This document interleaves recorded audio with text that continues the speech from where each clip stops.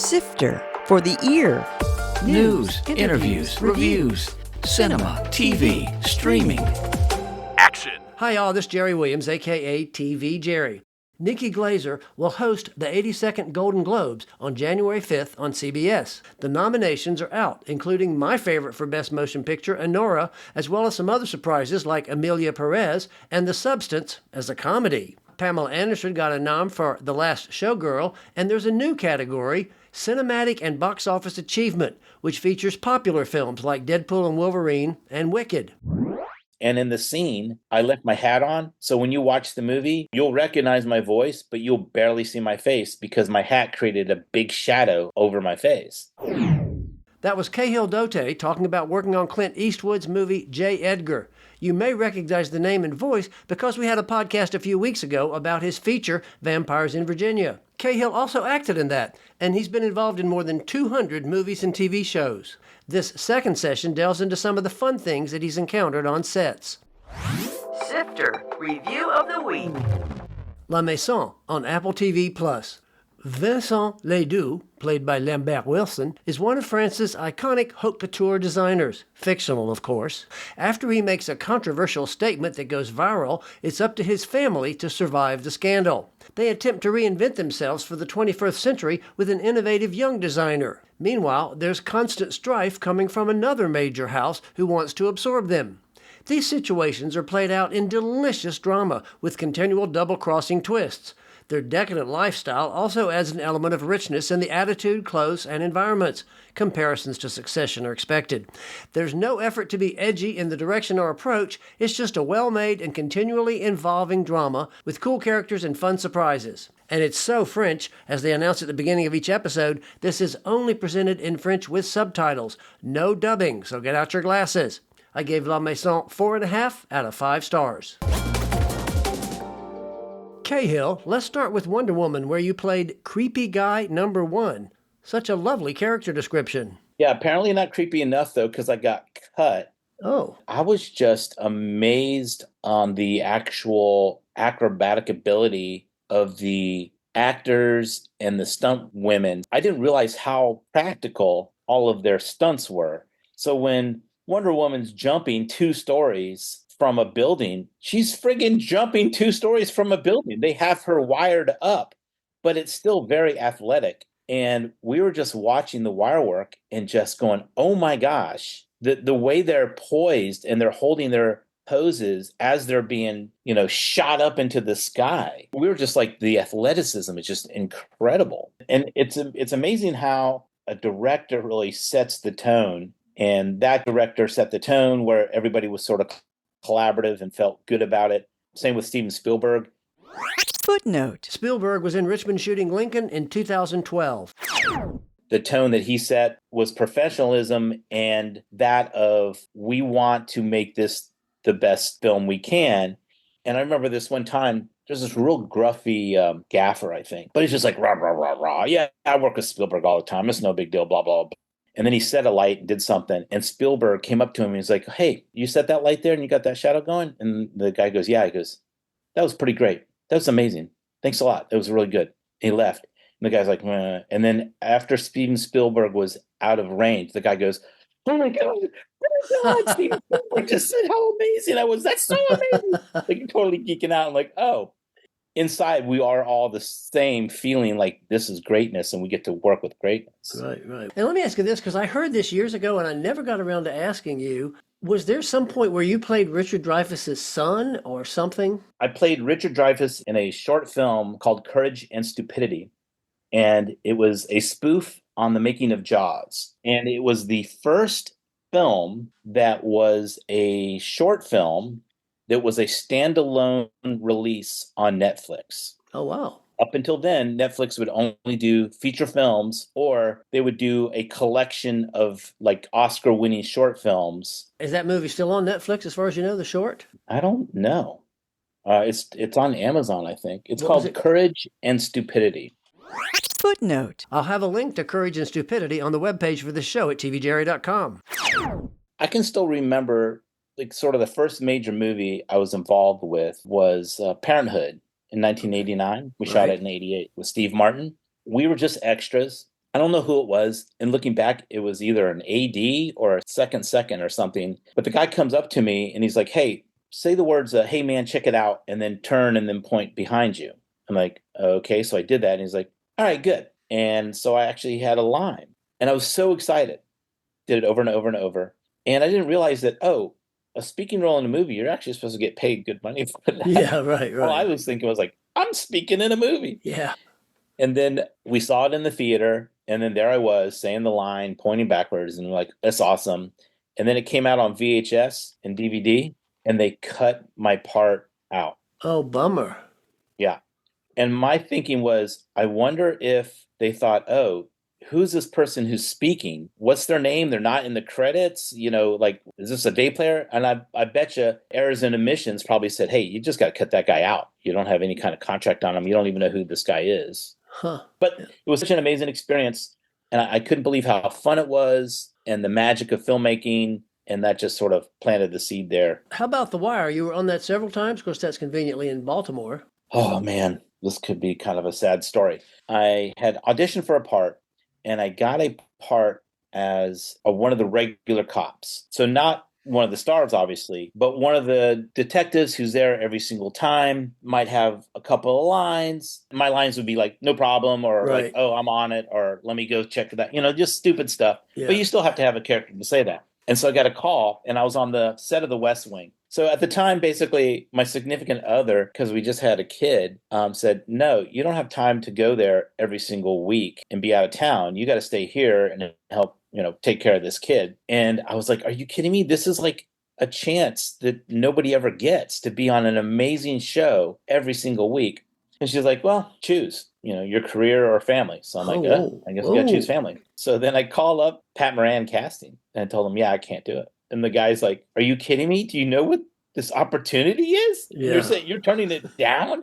He's like, Sam Simon picked you individually. You're the guy. Then I explained the whole thing. He's like, oh, yeah, well, okay, you got to do what you got to do. He goes, I'll try to bring you on for something else. And what he brought me on was, in a couple of scenes, I was the partner of the character that I was supposed to play.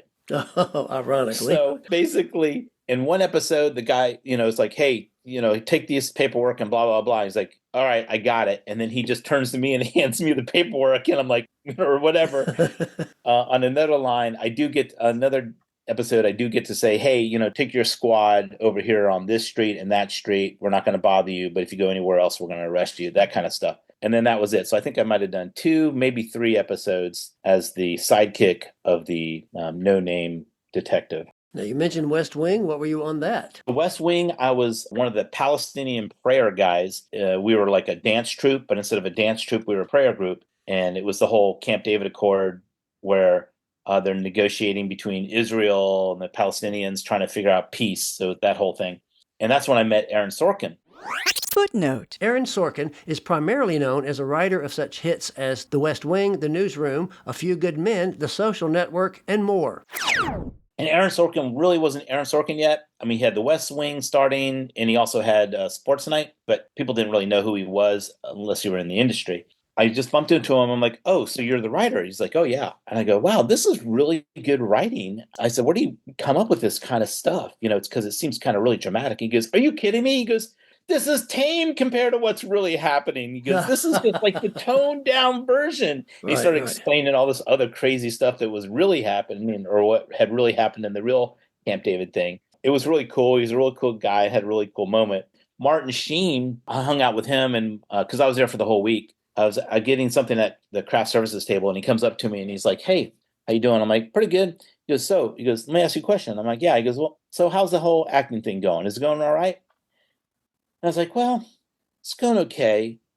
And then I thought, there's this one character that I think I landed the role, but I didn't think I want to play the character. It's such a disgusting, evil, mean character. It's just like slimy. And he looked at me in the eye and he goes, listen, you better take that role. If I got offered the role to play Hitler, I would play it. And I would play it like I was Hitler, and I would try to emphasize and be in his shoes, because that's what we are as actors. We are given permission to do that. And nobody else has permission to do that, but we do. And then you start naming blah, blah, blah, blah, blah, blah, blah, who's on the show. we all come from theatrical acting. So we're talking and talking. And the AD comes up and he keeps trying to interrupt. And Martin Sheen just kind of gives him the hand and says, leave us alone. We're talking. I'm like, Martin, don't you have to go to set? And he's like, no, they can wait. Finally, the AD is like being insistent, saying, we really got to go. And I go, Martin, you really, really should get going. He goes, okay. He goes, I just want you to remember what I said. And so it was probably 20, 25 minutes. It seemed like it was an hour, but it's probably 20, 25 minutes. And so then he leaves, he goes to set, and I look around and I'm surrounded by like 30 extras and actors. And they all have surrounded us and they're looking at me and they were like, what the heck was that? What You was just got a private acting lesson from Martin Sheen? What the heck happened there? I'm That's like, cool. I don't know. We just started talking. It was really cool. Just he being so open to, just helping out some fellow actor that he didn't even know. So I noticed that you said that you were listed as stunt driver for National Treasure. Let's see, where did that start? I started doing precision driving and then just graduated to stunt driving. Now tell me what the difference is. So precision driving is basically if there's no cameras around and there's no people around and they're like doing a pretty wide shot and they're like, hey, just drive like a normal person up into this parking lot and, park your car in the same exact spot, hit the same mark, then that's more on precision. And then more if it's higher speed or like, hey, we need you to follow the camera. The camera's going to be like 4 inches in front of the car, on a dolly, or you're going to have cameras mounted all over your car. And we need you to go this way. It's the same exact, it's all safety driving.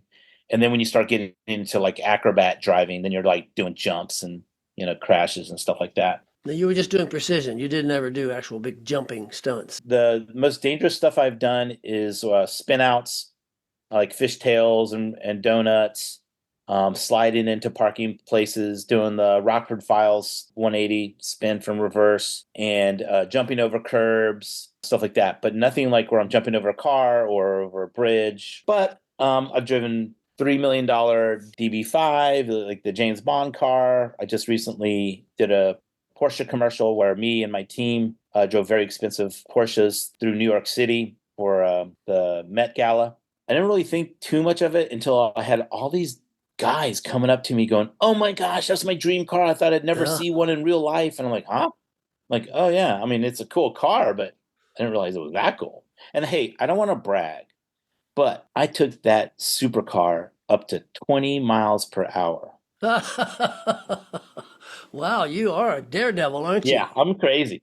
Just call me crazy. I think I heard somewhere that you had some kind of relationship with Sarah Jessica Parker. I don't believe it was romantic, but tell us about it. Hey, what kind of tabloids are you reading, Jerry? Only the best. Sarah Jessica Parker did a pilot for HBO called The Washingtonian, and it was based off a best-selling book.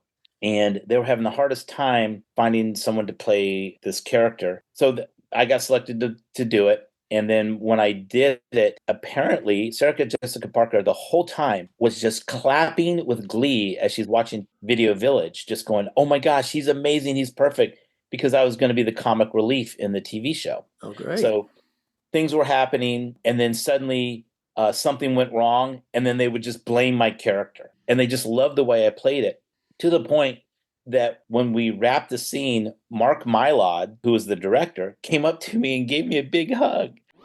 Footnote. Mark Mylod is a producer-director known for Succession, Game of Thrones, and Shameless.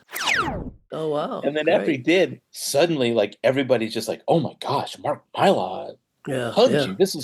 You must be, who are you? You must be somebody. I'm like, no, I'm nobody. Yeah. And then I go off set, and Sarah Jessica Parker is, people say SJP. She was just taking a break.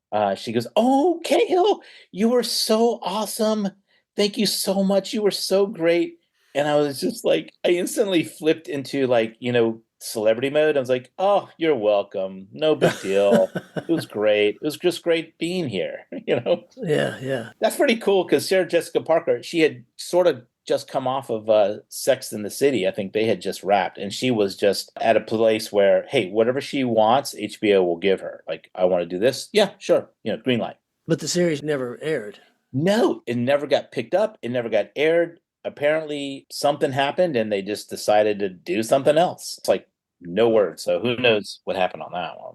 So how did you actually start taking it for real and getting on camera and getting paid for it. Yeah, so it was a slow process. Like when I was in Florida, my business partner and I, we had a small advertising agency, and we had clients who needed to hire professional actors, but they didn't have money to hire professional actors.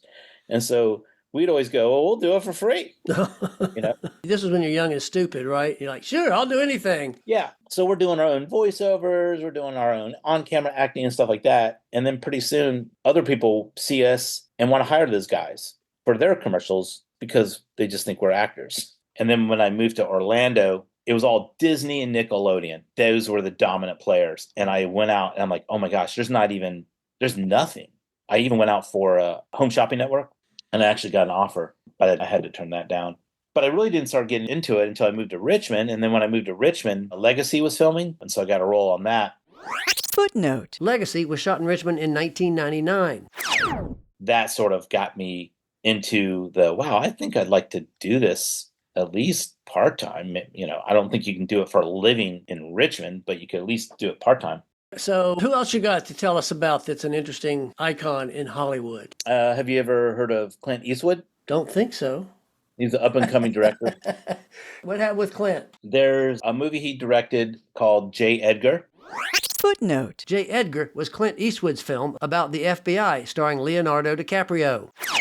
I played the character Elmer Irie. So we go to set, and I'm sitting down. I was like, hey, let's do a rehearsal. And so Leo goes, Cahill wants to do a rehearsal, so let's do a rehearsal. Everybody, let's do a rehearsal because Cahill wants to do a rehearsal. So we go through it a couple times, and I'm like, cool. And then everybody gets quiet, and I'm looking at the table, and I'm trying to figure out, gosh, where should I put my props? You know, what looks more natural? And everybody's quiet. I'm like, why is everybody quiet? And I look up, and there's Clint Eastwood, and he's looking at me, and he's being very quiet. And like, dang, look at those beautiful blue eyes.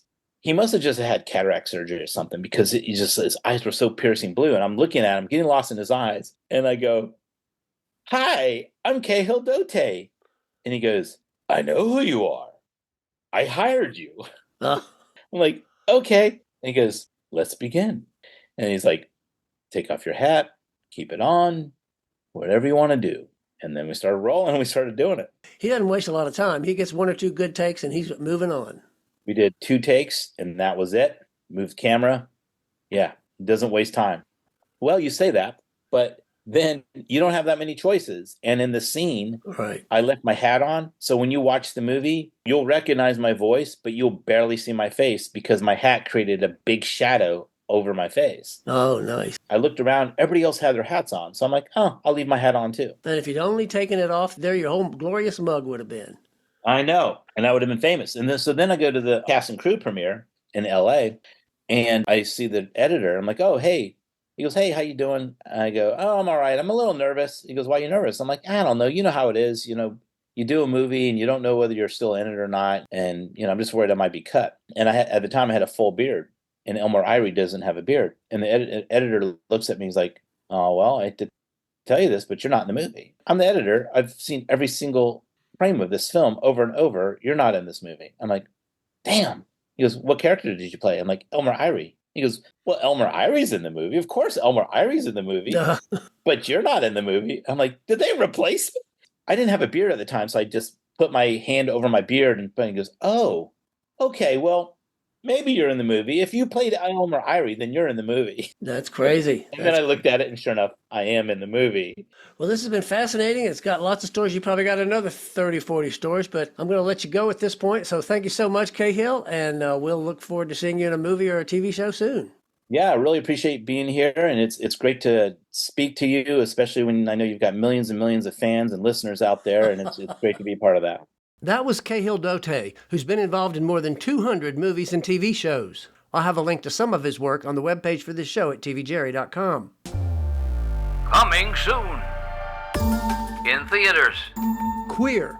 Daniel Craig has been making waves in this new film based on William S. Burroughs' autobiographical story as he wanders through Mexico. The sex scenes are reported to be extremely intimate. From the director of Call Me By Your Name and Challengers. Kraven the Hunter, the newest, most violent Marvel film yet, stars Aaron Taylor Johnson as the supervillain.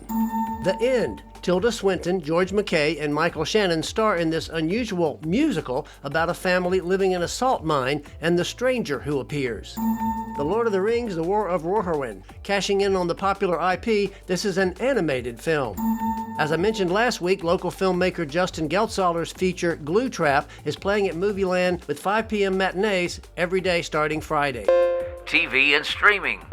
Carry On Netflix. A mysterious traveler blackmails a young TSA agent into letting a dangerous package slip through security and onto a Christmas Day flight, starring Taron Egerton and Jason Bateman.